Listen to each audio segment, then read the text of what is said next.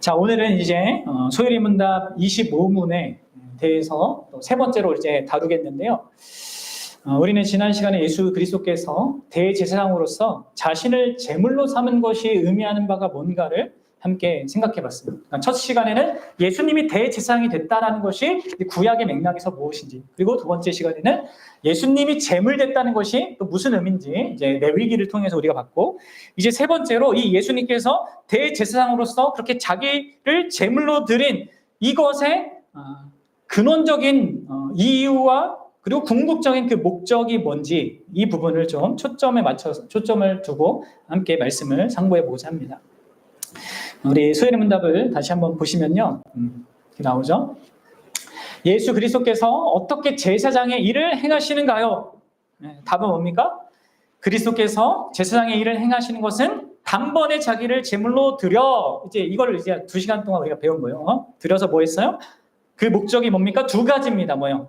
하나님의 공의를 만족하게 하는 거, 그리고 두 번째, 우리를 하나님으로 더불어 화목하게 하는 거. 이 두 가지 목적으로 예수님이 제사장의 역할을 한 것입니다. 사랑하는 여러분, 제가 오전 시간에도 얘기했잖아요. 예수님을 믿는다는 것은 예수님의 존재를 믿는 거고, 예수님의 가르침을 믿는 거고, 예수님이 하신 일을 믿는 거잖아요. 근데 여러분들, 예수님이 하신 일이 뭡니까? 다음 주에도 우리가 살피겠지만, 이 예수님이 하신 일이 뭐예요? 예수님이 그리스도로 하신 일입니다. 예수님이 그리스도라는 것은 어떤 역할을 갖고 있습니까? 선지자, 제사장, 왕.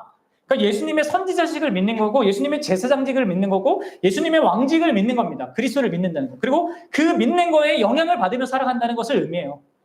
예수님을 믿는다는 것은 그냥 뭐 예수님을 믿는다, 근데 막연한 믿음이 아닙니다. 그분의 존재와 그분의 가르침과 그분의 삶 전체, 그분의 사역 전체를 수용하고 받아들이는 거고, 그것에 영향을 받는 거란 말이에요. 그래서 여러분들이 이거를 잘 아셔야 돼요. 그러면 여러분들, 우리가 지금 이제 예수님의 제사장직을 이제 다루고 있는데요. 오늘 우리가 생각해 볼 것은요, 이제 특별히 이제 서론적으로 오늘 서론적으로 생각해 볼 것은 하나님과 우리 인간과의 관계성입니다. 그러니까 이 하나님의 공의에 대한 만족과 화목에 대한 것을 생각하려면요, 기본적인 하나님과 인간 사이의 이 관계가 무엇인지를 좀 생각해 봐야 합니다. 자, 어떻습니까? 우리의 관계는 뭡니까? 하나님은요, 창조주이고 또 우리의 주인입니다. 이게 기본적인 관계성이에요. 그렇죠? 하나님은 통치자고 우리는 피조물입니다. 그래서 여러분들, 인간은 우선적으로 근원적으로 하나님을 창조주로 먼저 만나는 거예요. 그분이 주인이고 우리는 그분께 모든 것을 빚지고 있어요. 우리의 존재부터 우리가 갖고 있는 재능과 능력과 삶의 모든 여건들을 다 그분에게 빚지고 있는 자들인 거예요. 다 하나도 이게 다 우연히 있는 거 아니잖아요. 하나님 그분이 주신 거란 말이에요. 다 그분으로부터 온 거고, 다 그분이 누려주신 이 세상에 있는 것이죠. 그리고 여러분들, 그분은 창조주로서 통치자로서 그분은요, 이 세상 자연 만물에 어떤 법칙을 두십니다. 법을 두시는 거죠. 하나님이 다스리는 그 나라에 어떤 법이 있어요. 그래서 여러분들, 이 자연에는 무슨 법칙이 있어요? 자연 법칙이 있듯이, 그러면 인간 사회에서도 하나님께서 법칙을 두세요. 그게 뭐예요? 우리가 흔히 아는 도덕법이요. 윤리법. 그리고 여러분들, 그런 모든 도덕과 윤리에 인간은 근본적으로, 기본적으로, 절대적으로 순종해야 될 의무가 있습니다. 모든 것을 빚지고 있고, 또 그분이 두신 이 법에 인간은 그렇게 따라가야 됩니다. 우리가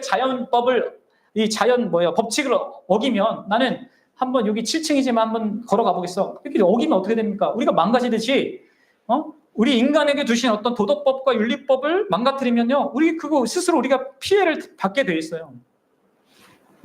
그리고 여러분들, 그러한 도덕과 윤리가 의무라는 것 때문에 약간 우리에겐 부정적인 뉘앙스가 있게 되는데, 사실 그런 도덕과 윤리는 나쁜 게 아닙니다. 왜냐하면 하나님께서 이 땅에 두신 이 창조 질서, 모든 것은 이 피조물의 유익을 위해서 주신 거거든요. 그리고 이 도덕과 윤리도 결국 우리를 위해서 주신 것입니다. 우리를 괴롭히거나 우리를 부려먹거나 우리를 불행하기 위해서 주신 것이 아니에요. 오히려 우리를 복되게 하고 인간 사회를 아름답게, 그리고 이렇게 복되게 만들게끔 하기 위해서 주신 것이란 말이에요. 그래서 여러분들, 우리 모든 피조물들은 언제나 하나님의 뜻에 순종하는 게 마땅한 겁니다. 그게 우리의 생각과 이해에 있어서 조금 이건 아닌 것 같아, 내가 손해볼 것 같아 라는 이런 요구를 할지라도 그분의 주권성을 믿고 그분의 능력과 지혜와 그 하나님 되심을 믿고 순복해야 되는 거예요. 그게 여러분들 하나님을 주권자로 인정하는 거고 내가 피조된 존재라는 것을 인정하는 것입니다. 이게 세상을 창조하신 하나님의 뜻이고 또 정해진 법이에요. 여러분들 아셔야 돼요. 그래서 법하면 또 우리는 이 세상의 법 생각하면서 이런저런 문제를 갖고 있는 이 법 때문에 이 전능하신 하나님이 세우신 이 법이라는 거 얘기를 하면 조금 또 부정적인 생각을 가질 수 있겠지만 하나님이 어떤 분이신지 생각하는 것 속에 그분이 만드신 법을 생각하셔야 됩니다. 우리의 유익과 영원한 지혜와 그러한 것을 가지고 우리의 유익을 위해서 만드신 것이 하나님의 이 법이란 말이에요. 근데 여러분들 사실 하나님께서 우리에게 주신 이 도덕법 있잖아, 이 윤리와 이런 또 율법까지 다 포함해서 여러분 이것은요 사실 놀라운 의미를 갖습니다. 여러분 아십니까? 어떤 놀라운 의미냐면 하나님이 우리를 다만 창조주와 피조물로만 대하지 않겠다. 나는 주권자이고 너는 그냥 피조물일 뿐이야. 이런 대상으로 대하는 것이 아니라 법을 주셨다는 것은 윤리법과 도덕법을 주셨다는 것은요. 우리를 특별한 사랑의 대상으로 삼겠다는 의미가 그 안에 담겨져 있습니다. 그래서 여러분들 선악과를 따먹지 말라라는 이 말씀을 생각해 보십시오. 그것은요. 이러한 계명을 줘서 왜 우리를 타락할 이런 빌미를 주셨나 이렇게 생각해야 될 내용이 아닙니다. 선악과를 따먹지 말라는 그 말씀을 통해서 하나님은 이 인간을 특별하게 대하겠다는 것을 드러내신 것입니다. 그러니까 물론 근원적인 의미는 내가 하나님이고 너는 피조물이다 라는 거지만 여기에서 더 나아가서 뭐예요? 너가 무엇이든지 마음껏 할 수 있지만 아주 중요한 어떤 일에 대해서는 내 말을 들어야 돼. 이 얘기거든요. 그러니까 여러분들 지금 이게 무슨 맥락인지 생각해 보세요. 이러한 명령을 통해 하나님은 주권자로 그냥 시키는 대로 다 그냥 따라하게 하는 이런 주권자 창조주로서만 이게 만나는 것이 아니라 그걸 넘어서서 우리를 한 인격과 사랑하는 대상으로 삼는 것을 말합니다. 여러분들 이 말씀은 이 선악과 따먹지 마. 이 말씀은 부모가 자녀에게 어떤 걸 요구하는 것과 같습니다. 내가 너희 엄마고 아빠야. 그리고 넌 내 자녀야. 그러니까 넌 뭐든지 우리 안에서 할 수 있어. 그런데 이 중요한 일에는 내 말을 꼭 들어야 돼. 안 그러면 너가 다쳐. 이게 선악과 따먹지 말라는 하나님의 마음이란 말이에요. 많은 것을 누릴 것과 자유를 주지만 경계도 이렇게 딱 주는 거. 이게 여러분들 언제나 사랑의 대상이게 하는 겁니다. 내가 누군가 사랑하고 또 연애 관계를 하잖아요. 그러면 어떻게 해요? 경계를 딱 정해주죠. 나 외에는 안 돼. 여자는 더 이상 나밖에 안 돼. 이렇게 경계를 정해주는 게 왜 그러는 거예요, 다. 그게 이제 사랑 때문입니다. 주권자이시면서도 우리를 사랑으로 대하신다는 거예요. 그렇기 때문에 그분의 말씀과 그분의 법 아래 살아가는 것이 아담과 또 모든 인생들의 복인 것입니다. 그런데 이 복된 명령을 어긴다는 것은요, 뭡니까? 스스로 이 복을 차버리는 것입니다. 미련한 것이죠. 그리고 이러한 이 죄, 그러니까 이 법을 어기는 이 죄는요, 두 가지 측면에서의 죄의 문제를 갖게 되는 거예요. 하나는 뭐예요? 하나는 주권자이신 하나님의 주권에 대한 반역이면서 또 그런 주권자인데도 우리를 사랑으로 대하시는 그런 하나님의 사랑에 대한 이 반역이기도 한 거죠. 배신이기도 합니다. 그래서 여러분들 어떤 문제가 생기는 거예요? 그래서 우리한테 이 공의라는 문제가 생기는 거고 이 사랑을 배반했기 때문에 나만 사랑하라고 했는데 사탄의 얘기를 듣고 또 다른 거 사랑해. 이 화목의 문제도 생기는 겁니다. 여러분들 결혼했는데 결혼 관계했는데 다른 여자와 바람피는 남편을 우리가 쉽게 용납할 수 있습니까? 이게 불가능하잖아요. 그리고 관계가 안 좋아지고 힘들어지는 게 당연하지 않습니까? 이런 이 공의의 문제와 주권자의 그 말을 어겼다는 그 공의의 문제와 그 주권자가 사랑을 베풀었는데 이 사랑을 배반했다는 이 문제가 그래서 관계가 깨어졌다는 이 문제가 함께 결부되는 것입니다. 그래서 이 예수 그리스도의 십자가 이 사건은요, 이 두 가지 측면을 해소하는 거예요. 인간에게는 이 가장 절대적으로 해소되어야 될 게 이 공의의 문제고요. 또 가장 필요한 게 하나님과 화목인데 이 두 가지 모두를 그리스도께서 제사장으로서 자기를 제물 삼아서 한 일로 인하여서 해결받게 되는 것입니다. 그래서 여러분들 먼저 첫 번째로 이 공의의 측면을 만족시키기 위한 이 예수님의 십자가 사건을 생각해 봅시다. 여러분들 그분이 대제사장으로서 자신을 제물로 드리신 그 일은 이렇게 근원적으로 하나님과 우리 사이에 있는 창조주와 피조물이라는 이 관계에서 갖게 되는 이 공의의 측면을 만족시키기 위한 것입니다. 하나님의 그 주권에 대한 반역의 값은요, 사망인 거예요. 그래서 성경이 죄의 삭은 사망이라고 말하는 것입니다. 하나님은 자신이 통치하는 그 세상에서 하나님을 대적하는 자를 그냥 내버려 둘 수가 없습니다. 반드시 심판하셔야 합니다. 그래서 죄를 범한 인생은 반드시 죽는 것입니다. 이게 여러분들 하나님의 공의예요. 여러분들 죄를 범하는 것은 단순히 우리끼리 그냥 범하는 그런 잘못들 서로 피해주는 이것 정도가 아닙니다. 그것은 하나님의 통치를 거부하는 거예요. 그것은 내가 통치자가 되겠다라는 의미를 담고 있습니다. 자칭 거짓 시인으로 자기가 활약을 하는 것이죠. 그래서 여러분들 참된 하나님은 거짓 신들을 그냥 내버려 둘 수 없습니다. 그래서 여러분들 하나님은 반드시 스스로 신이 되고자 하는 자들, 하나님의 통치 무시하고 내 멋대로 살 거야 라고 하고 스스로 생각하는 이 죄인들을 심판하셔야 됩니다. 하나님이시니까. 그게 하나님의 공의예요. 그래서 여러분들 죄인인 우리가 이런 하나님의 공의의 심판에서부터 벗어나기 위해서는요, 이 하나님의 공의가 우선적으로 만족되어야 하는 것입니다. 세상의 재판과 이런 모든 것들은요, 더 큰 권력의 압력이나 아니면 뇌물로 어떻게 해서 넘어갈 수 있습니다. 하지만 하나님의 공의의 심판은 그 무엇으로 달라지지 않습니다. 다른 길은 없고요. 그 하나님의 공의 자체를 만족시켜야 돼요. 하나님을 대적한 그 죄는 반드시 심판을 받아야 된다라는 이 공의가 만족되어야 합니다. 그게 안 되면 하나님은 하나님이 아닌 거죠. 죄가 있는데 하나님이 아닌 다른 신이 있는데 그걸 내버려 둔다? 그런 하나님일 수 없단 말이에요. 우리 하나님께서 우리를 거저 용서하신다는 그런 말을 많이 듣습니다. 그렇습니다. 하나님은 은혜로 용서하셔요.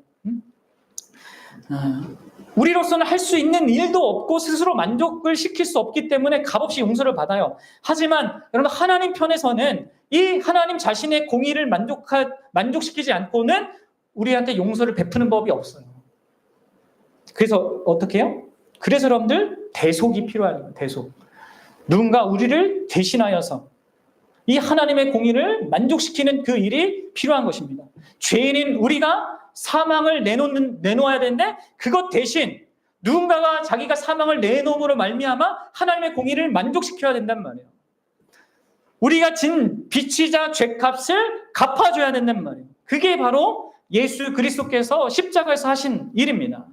그리고 바로 그런 의미로 자신을 제물로 드린 거예요. 그래서 여러분들 우리는 엄청난 예수 그리스도의 그 값비싼 죄값을 지불하신 것을 근거로 값없이 용서를 받는 것입니다. 값없이 용서를 받았다고 죄 용서함을 받았다라고 이 용서함 받은 것이 가볍거나 값싼 게 아니에요. 싼 게 비지떡이라고 그냥 공짜는 필요 없어서 주는 샘플로 주는 그 세상 논리로 이걸 생각하면 안 되는 거죠. 하나님은 가장 값진 것을 주기 위해서 이 공의를 만족시키는 이 일을 하셔야 됐고 그것에 대하여서 예수 그리스도는 가장 값비싼 것을 지불하신 것입니다. 그래서 우리가 용서함을 받게 되는 것이죠. 여러분들 죄인은 일단 죄를 지었으면 죄 지은 그 사실은 그대로 있습니다. 우리는 창세전에 아담 안에서 아담과 함께 죄를 지었고 그 이후에 세상에 태어나면서 이 세상 살면서 죄를 지었습니다. 그리고 이 죄 지은 사실은 지워지지 않아요. 어떤 의미에서는 영원히 있습니다. 우리가 죄인이라는 이 사실은. 그러나 단 한 번도 범죄하지 않았고 그러기에 영원한 의인이라고 그렇게 인정받을 수 있는 그 예수 그리스도께서 우리를 대신하여서 우리의 그 죄값을 다 친히 스스로 지불하셨어요. 뿐만 아니라 죄값만 지불해 주신 것이 아니라 더불어 우리 인간이 마땅히 하나님께 행해야 될 그 모든 것, 그걸 이제 도덕법, 윤리법 얘기했죠. 그 모든 것까지 그분이 다 완벽하게 순종을 다 이루어 주셨습니다. 그래서 여러분들 지난 시간에 얘기했듯이 번제라는 그 제사가 그런 두 가지 의미가 같이 있다고 했잖아요. 죄값을 받는 거, 전부가 태워지는 것을 통해서 죄값을 받는 것과 함께 전부를 드리는다는 그 의미도 있다고 했잖아요. 하나님께 온전한 순종의 의미를 담는 그 제사를 예수님께서 드린 겁니다. 그래서 우리가 죄 용서함 받을 뿐만 아니라 그 예수 그리스도 때문에 의롭다 하심까지 받는 그런 놀라운 그런 복을 우리가 받게 되는 것이죠. 그래서 여러분들 하나님의 그 공의가 완전하게 만족되는 것입니다.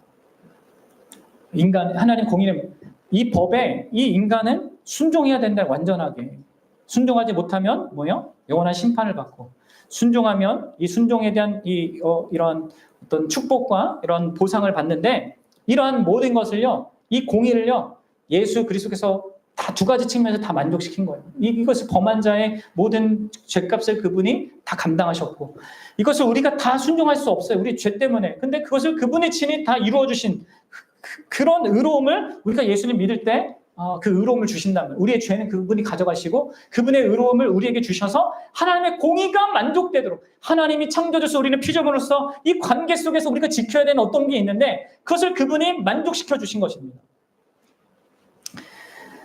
그래서 우리가 하나님 앞에 의롭다함을 입는 자가 되는 거예요. 이해가 되셔요? 네. 그리고 바로 그런 이유 때문에 이제 하나님과 우리는 화목한 관계를 갖게 돼요. 이게 이제 예수 그리스도께서 제사장으로서 자기 몸을 제물로 드리신 그 일의 궁극적인 목적이에요. 단순히 우리를 죄 용서함 받게 하고 의롭게 해서 하나님 앞에 온전하게 서는 것 정도가 아니라, 이제 그렇게 선 하나님과 다시금 화목된 관계를 누리게 하는 이 구원의 목적이 있는 것입니다. 그래서 여러분들 5대 제사의 순서가 어떻게 됐죠? 기억나세요? 제사를 드릴 때 순서 뭐예요? 속죄제랑 속건제를 같이 드리고, 죄에 대해서 그 다음에 번제랑 소제 곁들여서 드리고, 그 다음에 화목제입니다. 마지막에 화목제가 드려져요. 이게 뭐예요? 하나님의 제사의 모든 궁극적인 이 목적이 하나님과 화목을 누리는 거예요. 또 하나님과 누리는 그 화목을 내 이웃과 누리는 것입니다. 이게 여러분들 구원의 목적이죠. 하나님의 구원의 목적이 뭡니까? 다만 죄에서 건진받고 지옥에서 건진받는 것이 아닙니다. 그렇죠? 죄의 오염을 씻거나 죄로 인한 빛을 갚거나 죄의 진노를 피하는 것이 전부가 아닙니다. 이런 부분들도 이 하나님 이 공의를 만족하는 그 측면에서 중요한 부분이지만, 근원적인 거지만, 이렇게 모든 죄의 영향들과 어떤 결과로부터 건진받게 하는 보다도 궁극적이고 적극적인 그 목적은 하나님과의 화목한 그 관계입니다. 관계를 누리는 거예요. 우리가 아까 찬양했던 것처럼 이것이 영원한 삶, 하나님과 그 안에 그분 안에 내가 거하고 그분이 내 안에 거하는 이 관계를 영위하는 거 있잖아요. 이게 참된 구원의 의미예요. 달리 얘기하면 뭐예요? 다시금 아담과 하와가 처음에 하나님과 누렸던 그 관계, 거기로 돌아가는 겁니다. 근데 돌아가는데 사실은 아담과 하와가 누린 것보다 더 영광스러운 관계죠. 아담과 하와는 잃어버릴 수 있었던 관계지만, 이제 예수 그리스도 안에서 우리는 잃어버릴 수 없는 그 관계 안으로 들어가요. 그런 화목된 관계로 들어가. 이게 이 그리스도의 그 제사장직의 목적이란 말이에요. 여러분, 죄는 우리 마음에 하나님을 두지 않고 그분을 중요하게 여기지 않고 그분의 법을 중요하게 여기지 않고 말씀에 순종하지 않고 살아가는 거잖아요. 근데 구원은 뭐예요? 그런 죄에서 건진받아서 이제는 하나님을 마음에 두고 가장 소중하게 여기고 가장 보배롭게 여기고 그분과 이제 소통하면서 그분의 마음과 생각과 뜻을 알아가면서 살아가는 겁니다. 그분의 말씀을 들으면서 그분의 생각과 마음과 뜻을 이해하고, 나도 기도하면서 나의 마음과 생각을 그분에게 말씀드리고, 그러면 이게 구원이잖아요. 단순히 죽어서 좋은 데 가는 거, 그게 구원 아니잖아요. 구원은 장소의 문제가 아니라 하나님과 관계가 달라졌다는 것을 의미합니다.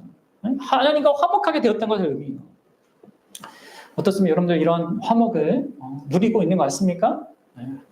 그리고 여러분들이 이러한 화목된 관계를 기뻐하고 감사하기 위해서는요, 항상 꼭 반드시 기억해야 될 것이 있습니다. 그것은 이렇게 하나님과 우리가 화목하기 전에 우리는 어떤 상태였는가를 잊지 않는 거예요. 뭐예요?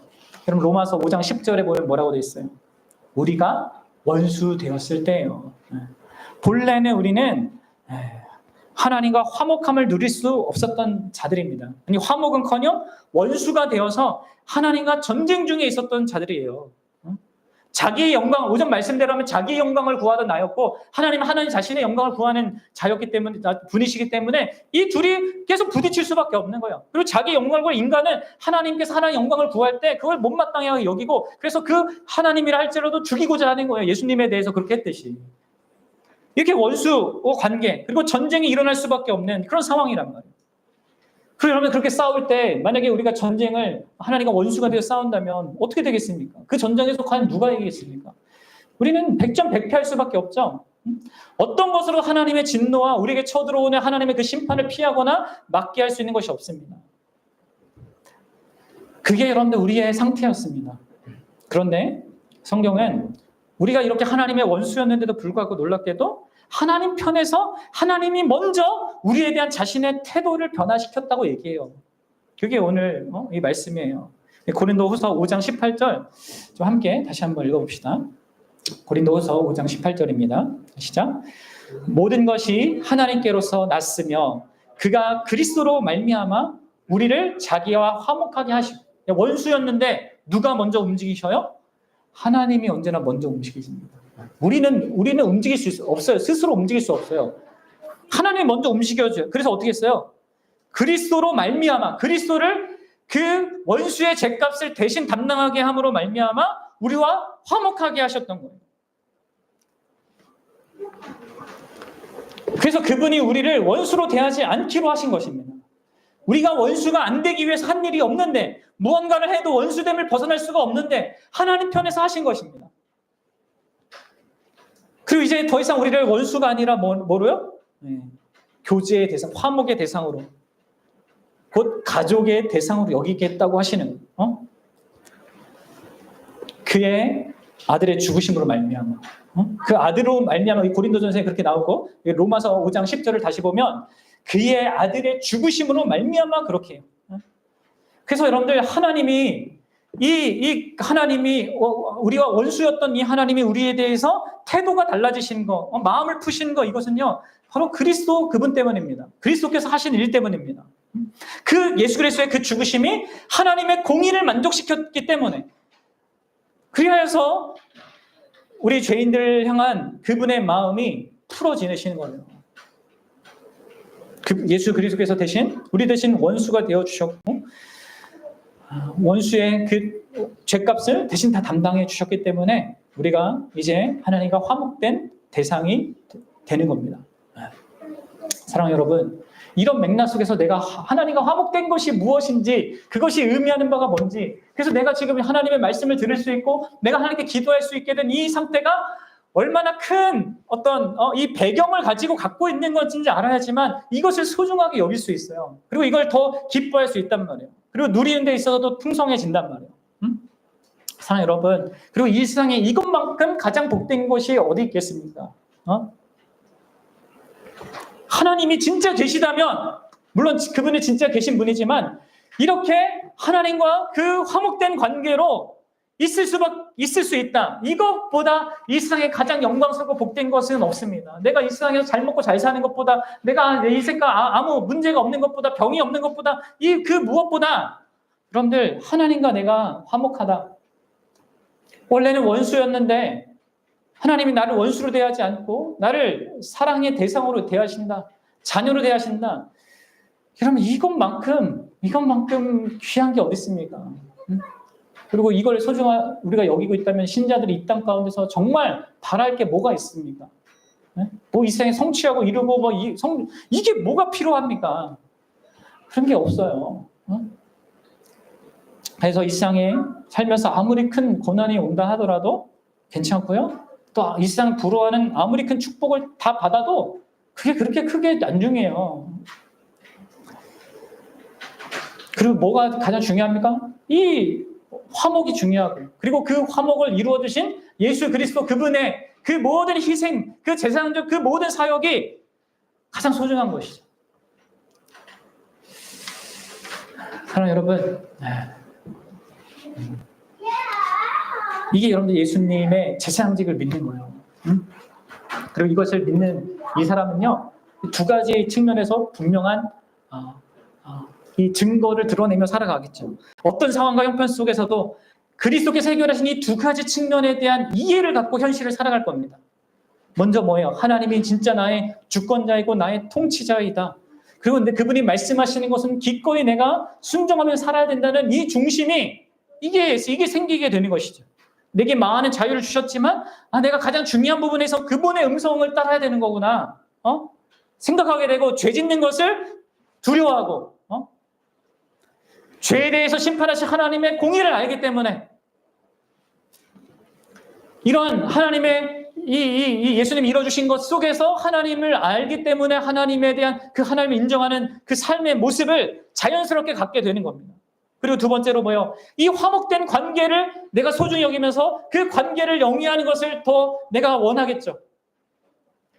그리고 여러분들 거기에 있어서 가장 중요한 것은 객관적인 그 화목을 굳게 신뢰하는 것입니다. 하나님과의 그 화목을 누릴 때 여러분들 이 하나님과의 화목을 가장 가능하게 하고 영원히 누리게 하는 근거는 내가 지금 그 화목을 누리고 있느냐라고 하는 나의 어떤 주관적인 나의 이 반응이 아니라 그리스도 예수께서 이루어주신 그 객관적인 그 화목을 분명하게 아는 거예요. 이것 때문에 하나님은 우리에게 대해서 진노를 거두십니다. 내가 아무리 큰 잘못을 한다 하더라도 나에게 진노하지 않으세요. 안타까워하고 그 죄에 대한 징계를 나에게 내리시지만 그것도 사랑으로 하지 진노로 하지 않는단 말이에요. 그리스도 안에서 나를 의로운 자로 보신단 말이에요. 이게 왜요? 내가 잘해서가 아니라 객관적으로 이루어진 그 화목 때문에 그래요. 여러분들이 나의 죄로 말미암아 난 하나님께 나아가지 못할 것 같아라는 그 주관적인 생각이 들 때마다 저는 이 객관적인 그리스도 예수 그리스도를 바라봐야 돼요. 예수 그리스도의 대제사장 되심을 생각해야 돼요. 그리고 그것을 자기의 영혼에게 선포해야 됩니다. 그럼 내가 구원도 이 죄 용서함도 의롭다함도 그 예수 그리스도로 말미암아 받은 것처럼 하나님과 화목을 누리는 이것도요 예수 그리스도로 말미암아 가능한 겁니다. 그러니까 여러분들 여기 속으면 안 돼요. 사탄이 속이는 거예요. 내가 이런 죄를 졌고 이렇게 해서 나는 못 나갈 것 같아. 여러분들 그게 어떤 의미에서는 그리스도께서 이루신 그것의 가치와 그 복됨과 영광을 부정하는 것일 수 있어요. 그러면 우리는 그리스도의 희생 때문에 결코 하나님의 진노를 두려워하지 않아도 됩니다. 그리고 그분의 은혜와 사랑에 대해서 영구하게 확신을 가져도 됩니다. 언제나 하나님과의 모든 화목된 관계는 그리스도께서 행하신 것을 근거로 하는 거예요. 그래서 여러분들이 내가 뭔가 좀 잘할 때에도 내가 잘해서 하나님과 화목을 더 잘 누리는 것 같아라고 착각해서도 안 됩니다. 큐티도 잘하고 교회 모임도 잘 나오고 기도도 잘하고 봉사도 잘하고 섬김을 잘한다 하더라도 혹시 내가 하나님과 화목을 더 만들어내는 그 근거 아닙니다. 오히려 나의 모든 선한 행위에는 더러움이 깃들어져 있습니다. 죄가 묻어 있어요. 그것 자체로는 하나님께 합당하지 않고요. 그런 모든 것들조차도 예수 그리스도의 피가 뿌려져야 돼요. 구약시대 때 그 오염이 덮기 위해서 제사장이 막 곳곳에 이 피를 뿌렸듯이 마찬가지로 나의 모든 선행에도 예수 그리스도의 피가 뿌려져야 됩니다. 그 얘기는 그분을 힘입어서 행해야 된다는 거죠. 모든 것들을. 그래서 여러분들 우리는 오직 예수 그리스도를 힘입어서 의존하여서 하나님과 화목된 관계를 누릴 수 있다. 그런 특권이 우리에게 있다. 여러분 이것 안에서 여러분들 화목을 누리셔야 돼요.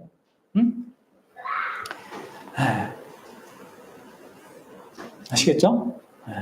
그리고 여러분들 그렇게 자기의 화목된 것을 자기 인생의 가장 소중한 걸 보잖아요? 그럼 여러분들은 이제 여러분들 주변에 있는 사람들을 다른 관점을 볼 겁니다. 저 사람이 나보다 돈이 더 많냐, 권력이 더 많냐, 잘생겼냐, 더 지혜가 많냐, 이게 아니라 저 사람이 하나님과 화목한가, 화목하지 않은가가 기준이 됩니다. 이 세상 삶의 모든 사람들을 바라보는 화목된 자, 그는 나의 교회거든요. 하나님이 사랑하는, 온 만나에 사랑하는 교회 대상이란 말이에요. 그 대상을 교회로서 더 나도 그와 더 화목한 관계를 누리고 싶고 그를 위해 섬기고 싶고 사랑할 대상을 여기고 또 화목되지 않은 자들은 어때요? 진짜 하나님의 이 화목하신 은혜가 필요한 자, 국률이 여길 자로 보게 되는 것이죠. 아무리 세상 것이 좋고 풍요롭다 할지라도 안타깝게 여기면서 어떻게 하든 그에게 이 화목하게 하시는 예수 그리스도의 복음을 전해줄 대상으로만 이렇게 세상의 이 모든 상황과 형편들을 사람들을 이렇게 보게 된단 말이에요. 그러면 여러분들이 살아가는 데 있어서 여러분들이 사람 때문에 힘들고 그런 상황 때문에 힘들고 이런 모든 것들로부터 더 자유로워질 수 있고요. 사람을 대할 때에도 우리가 더 넉넉하게 그리고 더 겸손하게 또 그리고 진정으로 그 사람을 위하면서 나아갈 수 있게 될 것입니다. 바라기는 여러분들 예수님을 믿는다는 것이 예수 그리스도께서 대제사장으로서 자기를 제물로 드려서 이렇게 우리의 가장 해결돼야 될 이 하나님의 공의에 대한 이 문제를 해결해 주셨고 진짜 우리 인간에게 가장 소중한 그리고 그 어떤 것들을 이룰 수 없는 하나님과의 이 화목이라는 가장 복된 것을 주셨다는 것 속에서 정말 정말 감사하고 또 감사해야 되고 또한 누려야 되고요. 또 그것을 또 많은 자들에게 알지 못하는 자들에게 전해줄 수 있는 그런 저와 여러분들이 되기를 간절히 축원합니다.